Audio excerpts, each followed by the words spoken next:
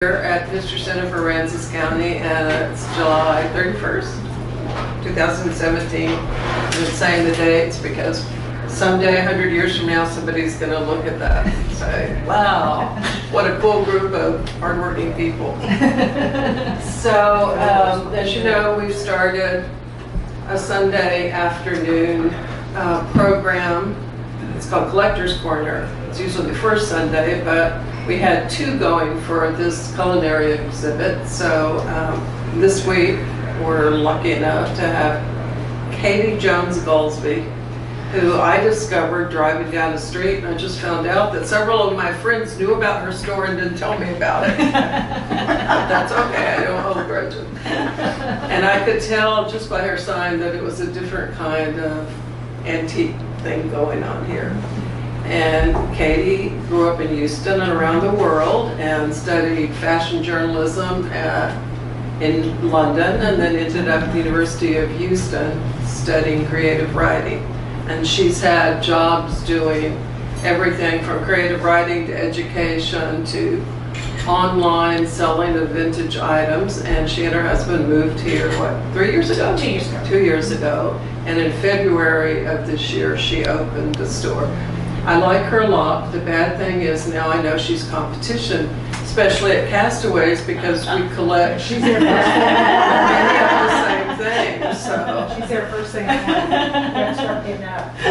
And I also found out, just pursuing her wonderful website, is that her everyday china was my first china when I first got married to my first husband. So it's a little ironic. Katy's going to talk about vintage cookbooks. One thing we tried to do with this exhibit is look not only at the beloved diners and drive-ins and dives that we have, all the entrepreneurs in the community who created grocery stores and ship chandleries and food purveyors, but also the home cooks in this area who fed families and community dinners and produced an amazing variety of community cookbooks that are in the library. But very frequently when I'm vintage shopping, I ask the owner, what do you collect? And she said, vintage cookbooks. And I said, have I got a gig for you? So without further ado, here's Katy. Hello, everyone. Okay, first off, I have to have a disclaimer.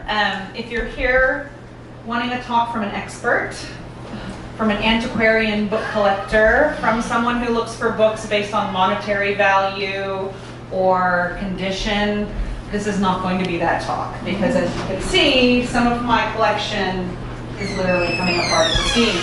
I don't collect based on what they're worth. I look for signs of use, because a cookbook that's in pristine condition probably isn't a very good cookbook. It's probably one that you're not really going to find much of interest in, because no one has used it. No one has made those recipes. I like to see food stains. I like to see dog-eared pages. I like to see notes in the margins, clippings, things like that. That's what really interests me, the story of the object. That's how I became a vintage seller. I'm interested in items that get use and items that can tell a story.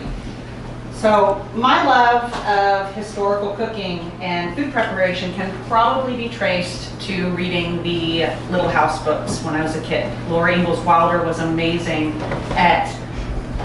she had an incredible knack for describing food preparation and cooking practiced by her parents and the settlers, and the types of things that went on that were so different from the cooking that I watched my mother do growing up in the 1980s in Houston. I was fascinated by the old recipes my grandmother used, ones that she had memorized and made with such quick precision and skill. I was just fascinated, like how did she have this bank of recipes in her head that she just could pull out at a moment's notice? And listening to her talk about watching her own mother cook and prepare food in their farm kitchen during World War II and the immediate post-war period, it was so interesting to me. It was so different from everything that I had ever experienced. I am supremely lucky to still have my great-grandmother with us. She is 99 years old and still able to talk to us about growing up in the Great Depression And she became a wife at 16, left home with her new husband, and immediately had to start homesteading and figuring out how to set up a home on her own with no family support. And to hear her talk about the cookbooks and the pamphlets that she would get and gather, was just, they were like lifelines for her. They taught her everything. They taught her how to kill a chicken. She had never had to kill a chicken before. And all of a sudden, here she is out in the middle of Arkansas, 16 years old with a husband, and she has to put food on the table. And I thought, when I first heard that story, I thought, a cookbook taught her how to kill a chicken. Rachel Ray wouldn't teach us how to kill a chicken. But that's the thing. Cookbooks throughout history have taught women, mostly women and men, but mostly women, how to prepare food for their families. And they follow what society is like at the time. So if they needed to kill a chicken, then that's what they would tell them how to do. I began picking up cookbooks at estate sales and garage sales as I hunted stock for my vintage store. I never set out looking for cookbooks. They always just kind of find me. And that's what I prefer. My collection isn't huge. It's not one... Sometimes I look at it and I'm like, I don't know if any other collector would be interested in this, because it's a hodgepodge. I don't have a running theme. I don't have specific titles or cookbook authors that I go for. It's really just what I come across and what interests me in that moment. I love vintage books to begin with. I love the design, the craftsmanship, the smell of the old paper. With my interest in food history combined with my love of old books, it was only a matter of time before I started collecting them. My small collection grows organically, like I said, and the condition never bothers me, as you can see. I am not specific. There is a slender thread of Texana running through, but mostly because that's one of my greatest interests when it comes to history. I come from a very old Texas family. I'm 7th generation. Family has an original land grant. It's been beat into my head since I was a child, the family history. So when I come across Texas cookbooks, that's probably the only theme I have running.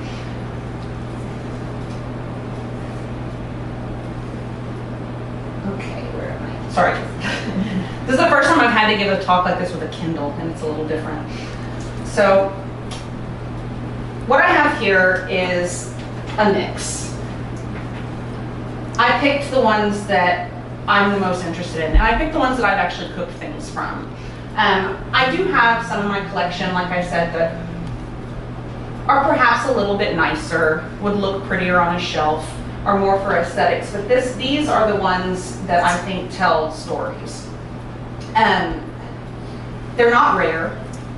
I don't think any of them are rare. I Googled a few of them, and you can find them on eBay or maybe on Etsy. There's a few that maybe are a little bit rarer than the rest of them, but really they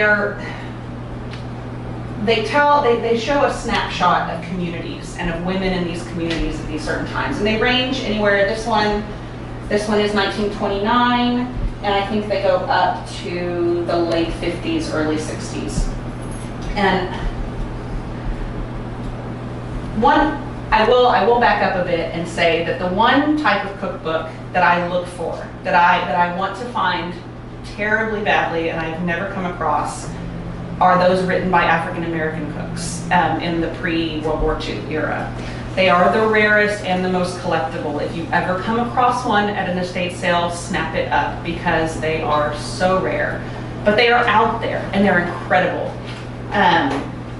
One of the reasons that I know they're out there, and this is, if anyone wants me to repeat this afterwards, I will. There's a wonderful book that came out last year called The Jemima Code, 2 Centuries of African American Cooking by Toni Tipton Martin, and she pulls material directly from some of these post-war African American cookbooks, and it's fascinating. They're amazing. So if you ever find any, and you don't want to hang on to them, They made like churches, Katy. they were community, usually community cookbooks, but also they were written by hotel chefs chefs working at plantation homes, the larger, the nicer families, the family homes that would have a chef. And the fascinating thing about them is that they are beautifully produced. The recipes are gorgeous because these are people that were creating meals for the great and the good. I mean, it wasn't just things that were thrown together. They were beautiful, beautiful recipes. Could you give us the name of it again? Yes, it's called the Jemima Code, Okay. 2 Centuries of African American Cooking by Toni Tipton Martin. And I think it's still in hardback. I found it at, I found her on a podcast, loved her talk, she was amazing, and checked the book out from a library. So I don't think it has gone into paperback yet. Okay, so my cookbooks. So William Makepeace Thackeray said, next to eating good dinners, a healthy man with a benevolent turn of mind must like, I think, to read about them. So this is true today, when cookbooks make up a sizable portion of the publishing industry, and cookbook authors are celebrities in their own right. But it was also true historically. Cookbooks have been kicking around since antiquity, but American cookbooks in particular have been published almost as long as there has been in America. Amelia Simmons' cookbook, the verbosely titled American Cookery or the Art of Dressing Viands, Fish, Poultry, and Vegetables, and the Best Modes of Making Pastes, Puffs, Pies, Tarts, Puddings, Custards, and Preserves, and all kinds of cakes from the imperial plum to the plain cake adapted to this country and all grades of life by Amelia Simmons, an American orphan, was first published in 1796. And that was the first that we know of American cookbook. So almost as long as we've been a country, we've been publishing cookbooks. Before Simmons published her work, we relied on English cookbooks from the old country. But Simmons introduced cooking with native ingredients and techniques. Her book was such a hit that it went through multiple printing and sparked a new industry of household cooking manuals. Up until around World War II, most cookbooks published in this country were general cooking manuals, covering a wide range of foods, techniques, and household tips. Kind of similar to those iconic red and white gingham Better Homes and Gardens cookbooks that we all have and that our moms have all had, and to time immemorial everyone has one on their shelf. That type of cookbook was really what women were buying. They were tomes full of recipes on how to cook meats, vegetables, pastries, cakes, all manners of dishes. The recipes were basic with no assumptions of fancy kitchen utensils. They were written for women who managed kitchens of all kinds, and therefore only the most universal tools were assumed available: a source of wood-fired heat, some bowls, and a spoon. No, I don't think it was up until right after World War II did cookbooks start making the assumption that you were going to have an electric mixer. Before that, it was literally just, yes, everything hand-powered. So the ingredients were also universal and easy to obtain, mostly being grown by the household or produced by their livestock. Seasonality was important, and cold stores not incredibly reliable. So recipes changed with the seasons and became traditional for seasonal holidays like Christmas or summer picnics. Recipes, this is the thing that I enjoy about old cookbooks. Recipes in these older cookbooks are not written for one-upmanship. They're not fancy to impress your friends and neighbors. They were practical, often instructing the home cook on how to use the ingredients before they go bad. What modern cookbook will tell you what to do with a slab of meat that might be close to turning, or a bunch of halfway rotten vegetables? These cookbooks were written in a time when waste as we know it wasn't waste. The directions can be somewhat vague: cook until done on a hot stove. But most heat sources were wood-fired, and the art of using them to prepare food was just that, an art. Women became very familiar with their stoves, and they knew intimately how to manipulate them and to prepare meals. Every heat source was different, and therefore recipes had to be universally vague. Equally vague was the amounts of ingredients used. Cooking was by taste and feel and smell and touch, a full range of sensory activity. And women were trained from childhood on how to read that. Measurements could be arbitrary and by personal preference. One of my favorite quotes from Amelia Simmons' 1796 cookbook is her recipe for a syllabub, a sweet frothy drink. Sweeten a quart of cider with double refined sugar, grate nutmeg into it, then milk your cow into the liquor. I mean, really, Rachel Ray would not be telling you to milk your cow into the liquor. It wasn't until Fanny Farmer at the turn of the 20th century and her first cookbook, the Boston Cooking School Cookbook, that standardized measurements were introduced. She's known as the mother of level measuring. Before that, there were no half cups, quarter cups, teaspoons, tablespoons written in these cookbooks. She was very interested in a scientific form of cooking. So if you were interested in cooking and food history, I'm sure you've heard of Fanny Farmer. Mothers and grandmothers might have had her cookbook. She's kind of a universal name. She's often cited as one of the most important cooks in American history. And while her introduction of standardized measurements and her contemporary popularity, over 4 million of her books were sold in her lifetime, I find her a bit smug and slightly pedantic. She was as interested in wholesome nutrition, her version of wholesome nutrition, as she was in the science of cooking, and so her recipes can be rather bland. If you've ever cooked a Fanny Farmer recipe, there's not a lot of taste. They're very, very bland. So I appreciate her. I don't collect her. I don't buy her cookbooks when I come across them. And besides, her book, now known as Fanny Farmer's Cookbook, is still in print, so you can still go out and get it. I prefer the cookbooks, mostly published from the turn of the century until around mid-century. This is the last century, written by lesser known but equally as important cooks and communities.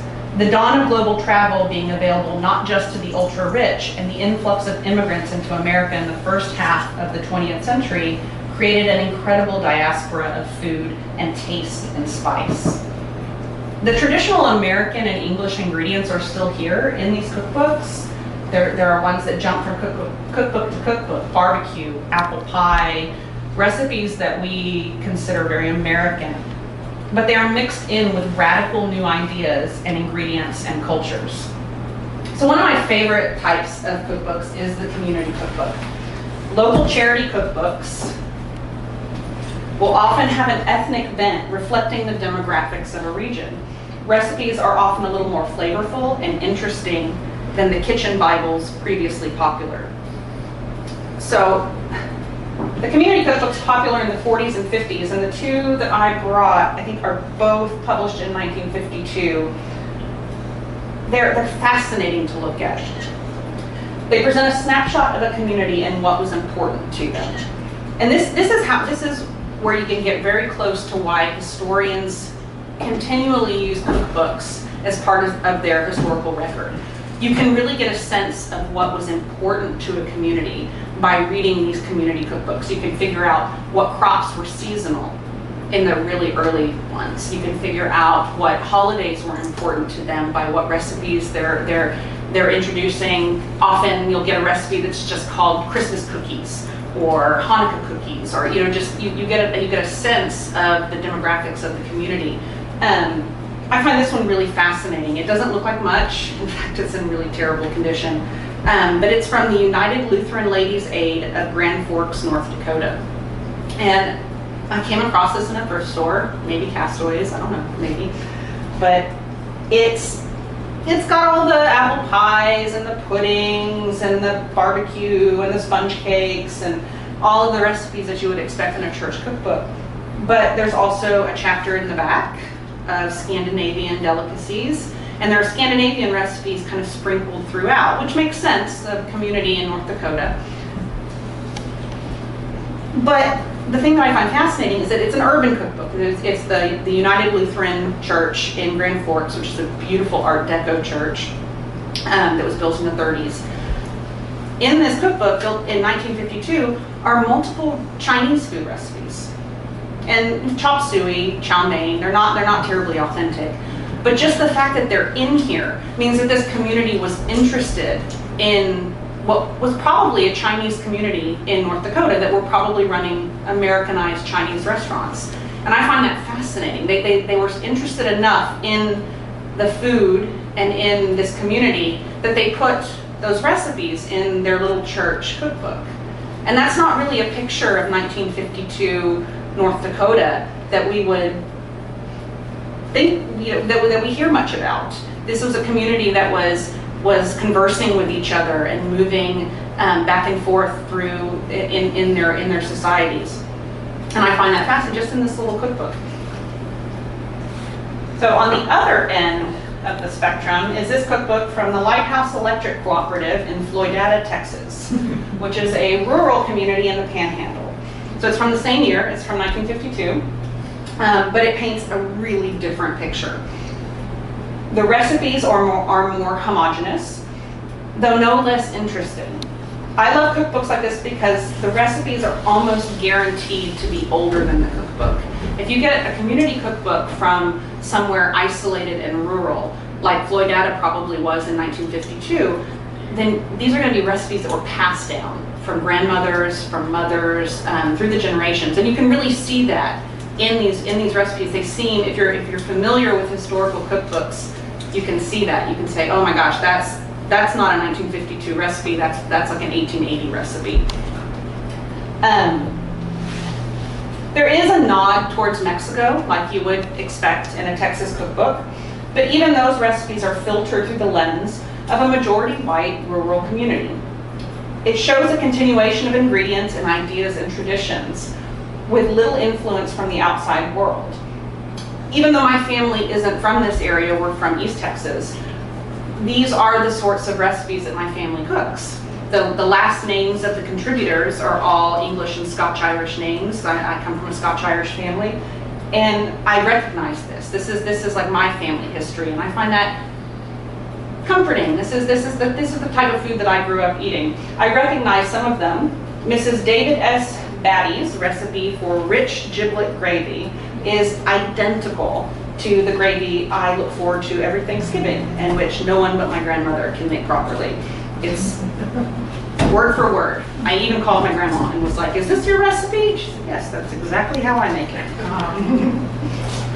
So, I just wanted to bring this cookbook. I'm not really going to talk much about it. I wanted to bring with it because it's from a community that I find fascinating. And it's a cookbook I was very excited to come across. I actually did find this one at Castaways. It is from the Texas Wendish Heritage Society, published in 1975. I wouldn't have known what it was, but I have a friend who's Wendish. The Wends of Texas are descended from a congregation of about 500 people who fled Europe due to religious and ethnic persecution in the mid-1800s.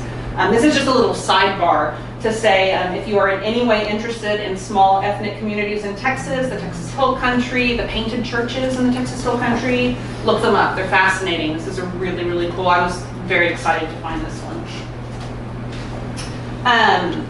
Another very American type of cookbook is the product cookbook or manufacturer's cookbook. I mean, we've all seen these kind of things, these little pamphlets that companies would put out. Let's see, French's mustard, Jell-O, like that kind of thing. We're very familiar with those. But before these often hilariously badly photographed, think of the 1970s, like the ones that would be put out by, I don't know, Jell-O or those vibrant pictures of some kind of meat Jell-O, you know? Like I found one time with fish Jell-O, and it was a Jell-O mold with cut up fish in it. I don't know. I can't buy that. But this one, the products would also put out full cookbooks. And so I've got two here, and they're probably two of my favorite in my whole collection. The first is the Watkins cookbook from the J.R. Watkins Company. And they were a catalog sales company for most, very, very kind of a household name in the first part of the 20th century, and then they kind of petered out. And I think in 2005, they started stocking their products on grocery store shelves. But before that, all catalog, all direct sales. They were I don't know, what are some of the direct sales companies now, like the essential oils and the Tupperware? Like they were the original. People would go to people's houses, they'd have parties, they'd buy spices and canned goods. This book is in terrible shape, but I love it because it's in terrible shape because it was used so much. So the covers are cracked, and you can see that they're cracked just in the way my fingers fit perfectly on that crack to hold like that. From so much use, they just crack, and it's full of wonderful little handwritten notes and little clippings. Whatever woman in the past owned this, stuck recipes that she cut out of newspapers. She really didn't like this pie crust recipe, so she covered it up with one she liked better, and then wrote some notes up at the top as to why. I guess some of the ingredients weren't up to par. The cookbook itself is really fascinating, and it's very basic. Obviously every recipe is going to use some kind of Watkins cinnamon, Watkins vanilla, but at the back it has a whole chapter on economy cooking and all these recipes for economy desserts and economy meals, and there's a whole section on how to stretch meat, how to make meat last. And I love it because they talk about how to make meat pie for 6 people from 1 pound of lean meat. That's magic. They make how to make ground meat to make various dishes for large families, all while being seasoned with Watkins. There's also how to use the meat, the meat fats in place of butter, in place of, I just love it. It shows a world that we don't really have access to anymore, because we have all of these ingredients at our fingertips in the grocery store, and they're all pretty cost effective. We can buy butter no problem. We can buy eggs and things like that. But if you were, this one was published in 1945. If you were an urban housewife who didn't have access to livestock, who didn't have access to fresh butter or fresh eggs, and you were on the lower end of the income scale, you might not be able to afford some of the staples that we take for granted. And I just find all these little tips on how to substitute. You know, when I think of substituting in a recipe, it's usually because I don't feel like driving to the grocery store. And it's like, oh, Google, what can I use instead of cream? You know, like I'm like, what will work and will not make my husband yell, what is this? But this is, they're teaching you how to do this. This is like a completely different. It's a peek into another world. And I love her little notes on the brownie recipe. She wrote good. It was good. And then she wrote too sweet. Use 1.5 cups of sugar instead of the 2 cups that are called for. And I love these little connections with these housewives, with these women who were making food for their families in conditions that I know nothing about. But it really makes something like this, even though I'm surprised that this made it to me. Something is in bad condition as this. I think I got this at an estate sale, and I don't even think I paid anything for it. I think they just gave it to me because it was in such terrible condition. I'm surprised they didn't throw it out, but it really is fascinating. The other product cookbook that I have is also in terrible condition. The whole cover is gone, which is really sad because it's really beautifully art directed. This one is from, so it's from 1930, and it's by the I'm going to butcher this, Manischewitz Company, yes. The maker of fine matzah. And this is called Tempting Kosher Dishes. That's a Jewish cookbook. It's wonderful. It's half English, and then you flip it around, and the other half is in Hebrew. It's such a beautiful little cookbook, and it's so beautifully art directed. It's very deco. The illustrations are gorgeous. I love the text and the the typography and the illustrations. They have it has a Jewish holiday calendar. And the recipes are basic, but then of course with lots of Jewish recipes sprinkled throughout. There are multiple recipes, and again, this is a German word, I think. Noodles, boiled dumplings. Is anyone familiar? Noodles. I don't know if I'm saying this right, but there are multiple recipes for it. And you can make them, according to the recipes, you can make them savory or you can make them sweet. And the woman who owned this cookbook underlined her favorite recipe, noodle number 1, and she just wrote next to it, this, and then underlined it twice. This one, this is my favorite, emphatically. So I noticed that as I first flipped through it. And then I started going through, and this is her style. She would like a recipe and she would just, this. I love this woman. She is very straight to the point. I like her style. She doesn't write any little notes. She doesn't amend it, but she just makes herself known and her tastes known. And there was one recipe, the mock. Well, no, she liked the mock oatmeal cookies and the carrot tort. I know. What they use for I know. Yeah, I think I lost that one. I was going to go back and see what they used for that one. But she wrote try next to a recipe entitled Matzah Eierkuchen, a pancake made with Manischewitz matzah meal. And you have to wonder, did she ever get to try it? Did she ever get to cook it? And it kind of makes me want to cook it because I'm curious. So the notion of celebrity chefs is not a new one. Fanny Farmer, she could be considered a celebrity chef. Over the pond in England, Mrs. Beaton and her cookery book. I have a soft spot for Texana cookbooks, and books by Helen Corbett sit pride of place on my bookshelf. If you're from Texas, and do y'all know who Helen Corbett is? Okay, good. My grandmother just worshipped the ground that this woman walked on. She thought she was the most amazing cook. She was the cook for Neiman Marcus in the 50s and 60s.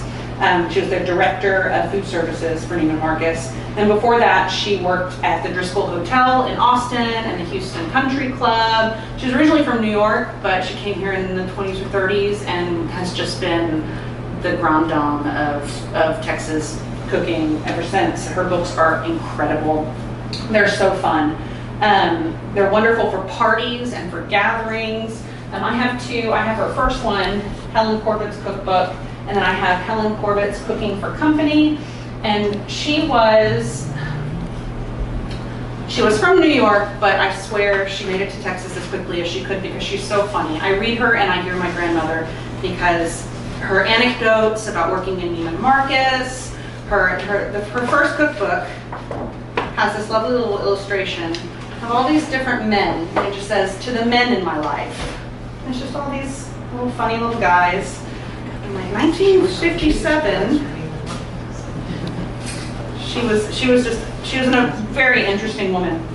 And I use these a lot. I use these cookbooks, and they're easy to find. I see them constantly at castaways, at garage sales, at estate sales. I use her Cooking for Company quite a bit because she cooked for Neiman Marcus. She cooked a lot of hors d'oeuvres, appetizers, party foods, things like that. Her desserts are wonderful. And I just find it fascinating to see what the great and the good shopping and the Stanley Marcus and his family, what they ate and what they were interested in. The first cookbook is mostly recipes. Cooks for Company has at the beginning of every chapter a nice little anecdote about her life and who she's cooked for, and they're super fun to read. Probably my ultimate favorite of my whole collection. I know I've been saying, oh, this is my favorite, this is my favorite, this is my favorite. It's an unassuming book. It doesn't look like much.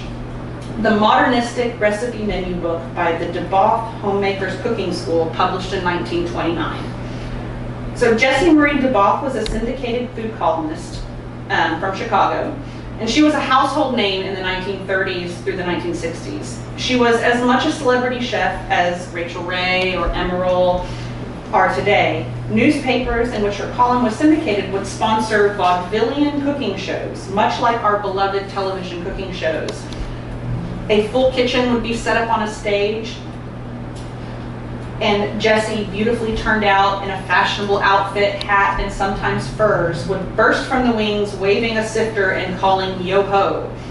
The 4-day program included giveaways, amateur shows, sing-alongs, and musical performances by groups such as the Gypsy Barons Orchestra.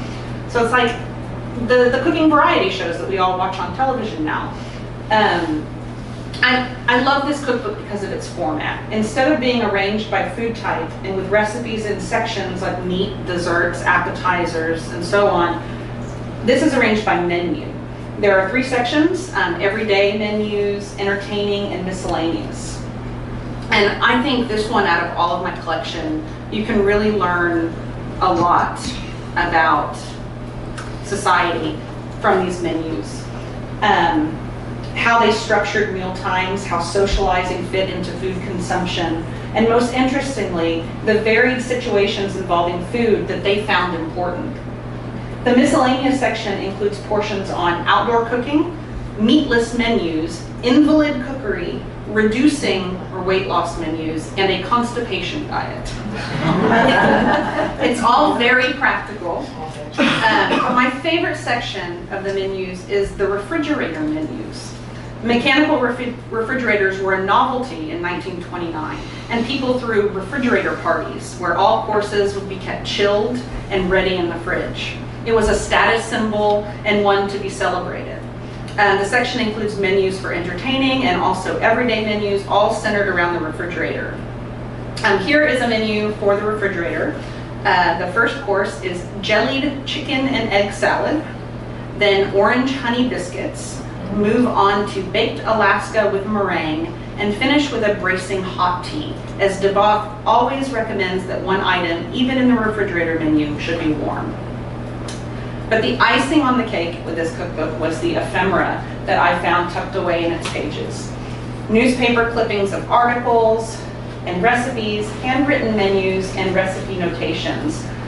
Notes on the backs of city budget flyers and advertisements, a recipe for medicated shampoo on a fancy hotel stationery, and several typewritten menus for Mrs. Tenney's dining room. So the book belonged to Mrs. Tenney, and she left all of these amazing little things. This is the medicated shampoo recipe on Hotel Multnomah in Portland. Multnomah, is anyone familiar? It's still there, I Googled it. In this beautiful stationery. Someone needed What's in it? 1 pound of green soap, 1 gallon of cold water, Dr. Pearson's Crolin, get the 10-cent bottle. Use for this amount 2 tablespoonfuls for a gallon of water, dissolve for 2 days, beat up 6 eggs, and add. Put Crolin in last. Call medicated shampoo. So I thought that was very interesting. I don't know what it does. Someone's business card with a bunch of notations for recipes and what page they're on. But these are my favorite. These are the menus for Mrs. Tenney's dining room. I Googled this. I tried to find where she was, because there are several notes written on the back of city budget, typewritten city budget sheets. I have a feeling she was probably located maybe in City Hall, maybe in that area, and she catered to city workers.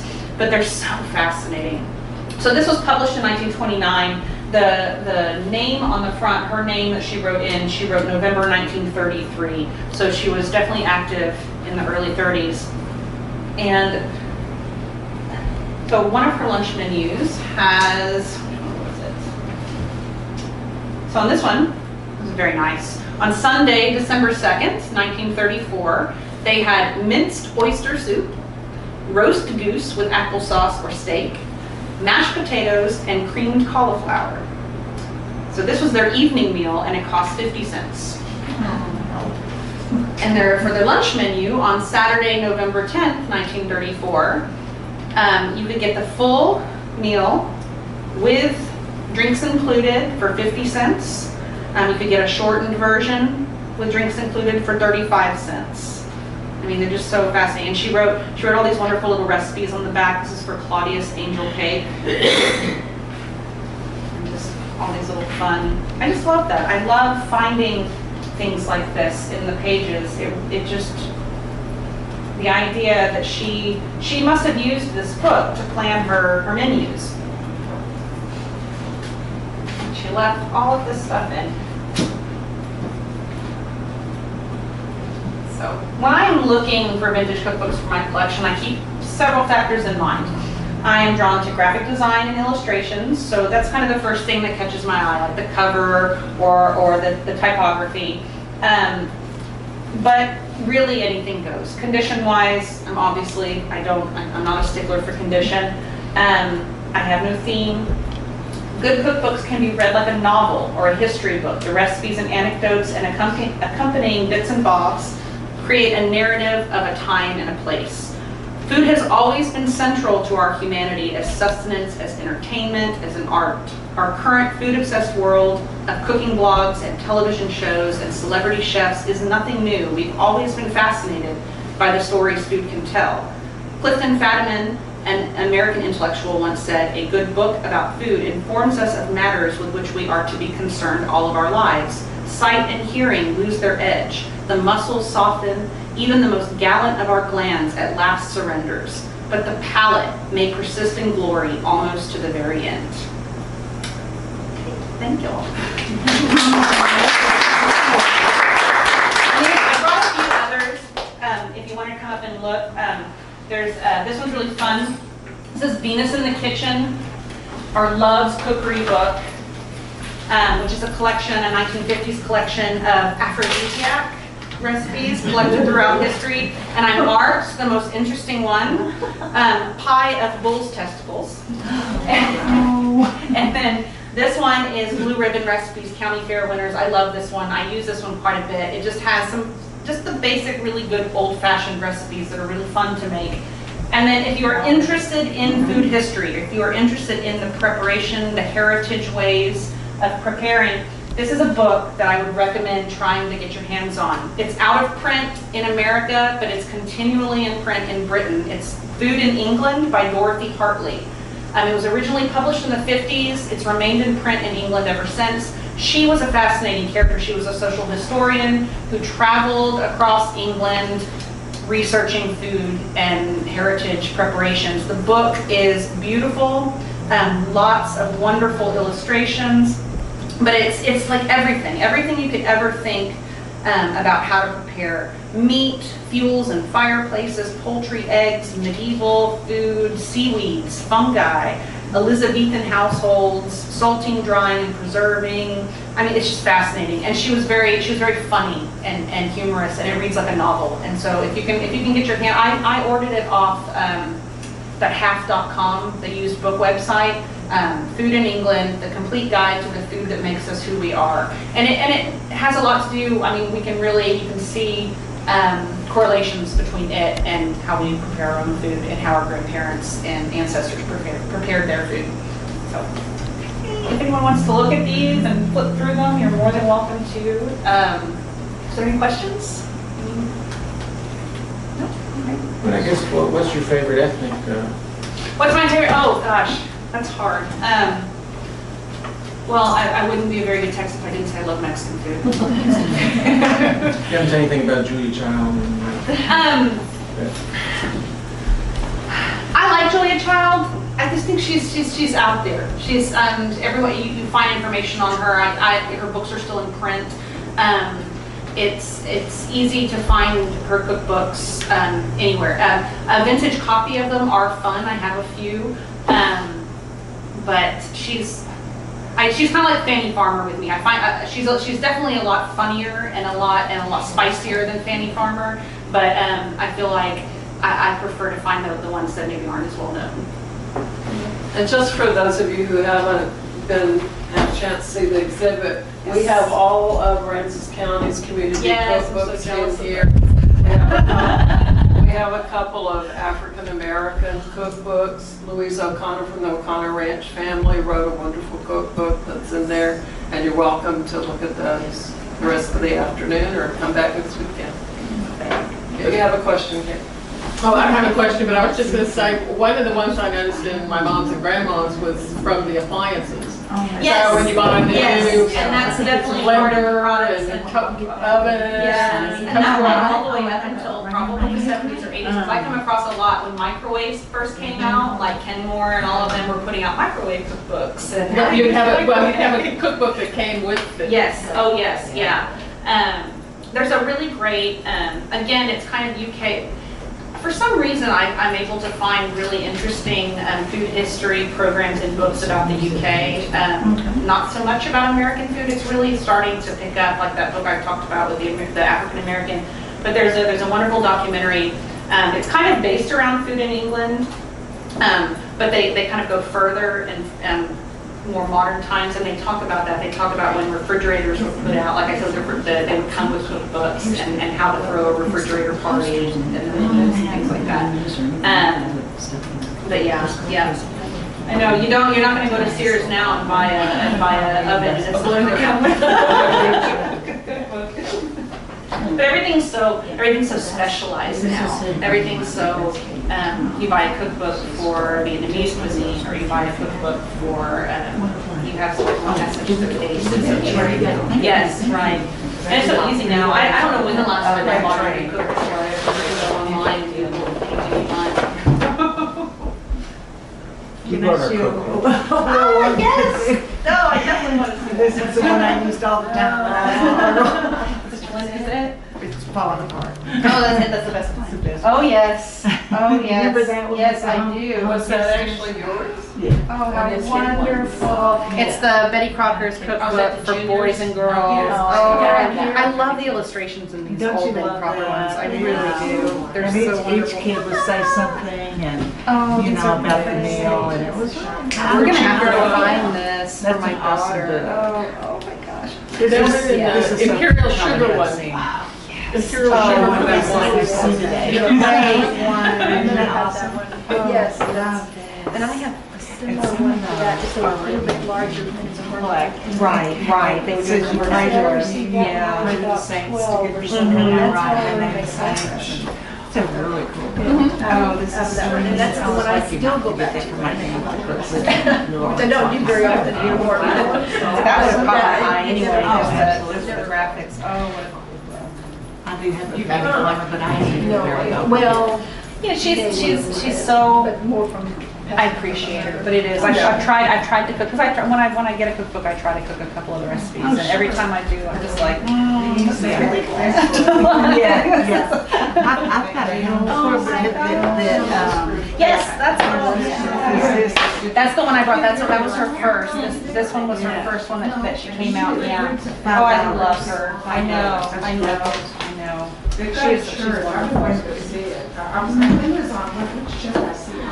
Before y'all get away, we have a series of these lectures, and there'll be another one presented by Terry Thompson Anderson. And can you give me the date, Kate, when she's coming? I can't remember. Yeah, these Anyway, are- she's also a cookbook author. August 20th. August 20th, so mark your calendars. If you need a list of them, we have them here on the table. This is all free admission, but if you'd like to donate, that would be great. We do have our new memberships and our new business memberships and our new membership volunteer forms. So if you'd like to fill that out and become a member, we'd love to have you. Thank you for coming, I appreciate it. I'm gonna go through and see, I don't want to. Great ones you brought. I know. Thank you so much for bringing these. I love seeing them. I'm going to bring my phone over. I want to take a picture of that one and that one so I can keep an eye out for it. So I know what to look for. My drawings. Yes. Thank you. Beautiful. Look here. There you go. You've never seen that yet. Oh, yes. My aunt. My mother's first mother-in-law would use Manischewitz wine. 10th edition even. Isn't that what it says? So you all this trip. It's like a black bag. I do. I need to remember that one. I see Or, that. I know, I do too. I need to get that for my daughter. She's at the age now where she Oh, wants you're a to. Colin Corbett fan too. Well, this one right here. She's so fun to cook. Her recipes are so easy to follow. And she's so funny. Yeah. And it's that whole age of Lynn Sakowitz and, you know, Yeah, that. you have to think about like who was eating at that TV.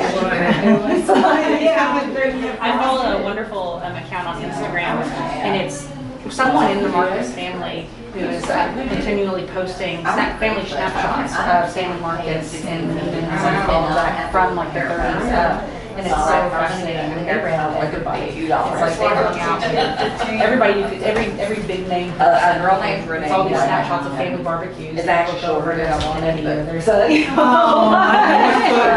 don't think I brought it, but it was the oil and gas family that owned Matterport at Islands. I don't remember what their name was. It wasn't Richardson and Brass. It was one Clint Murchison.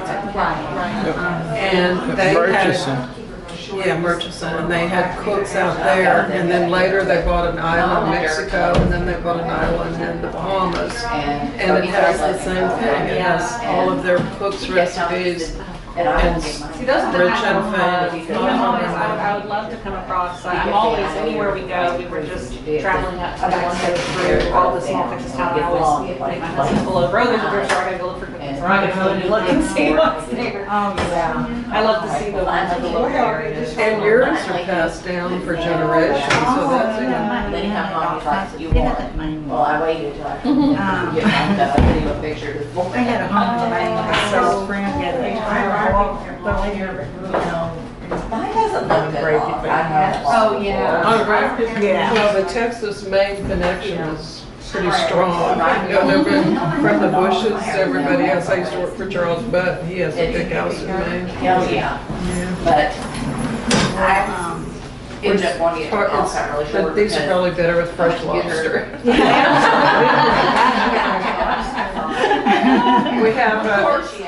We have a fundraiser that is a tour of the historic ports of Pocono Bay, and we have a lovely woman who cooks for us, and she made lobster rolls at one time, and shrimp cocktail. Is it Florida? Okay. That's what I was thinking too. I was going, see, I'm from East Texas. I'm from East Texas. I'm like, I don't know any of that. Thank you for bringing these so much. Sure. And look at ours and yours. Thank you so Oh, thank you. Thanks for coming. No, I didn't. You should go.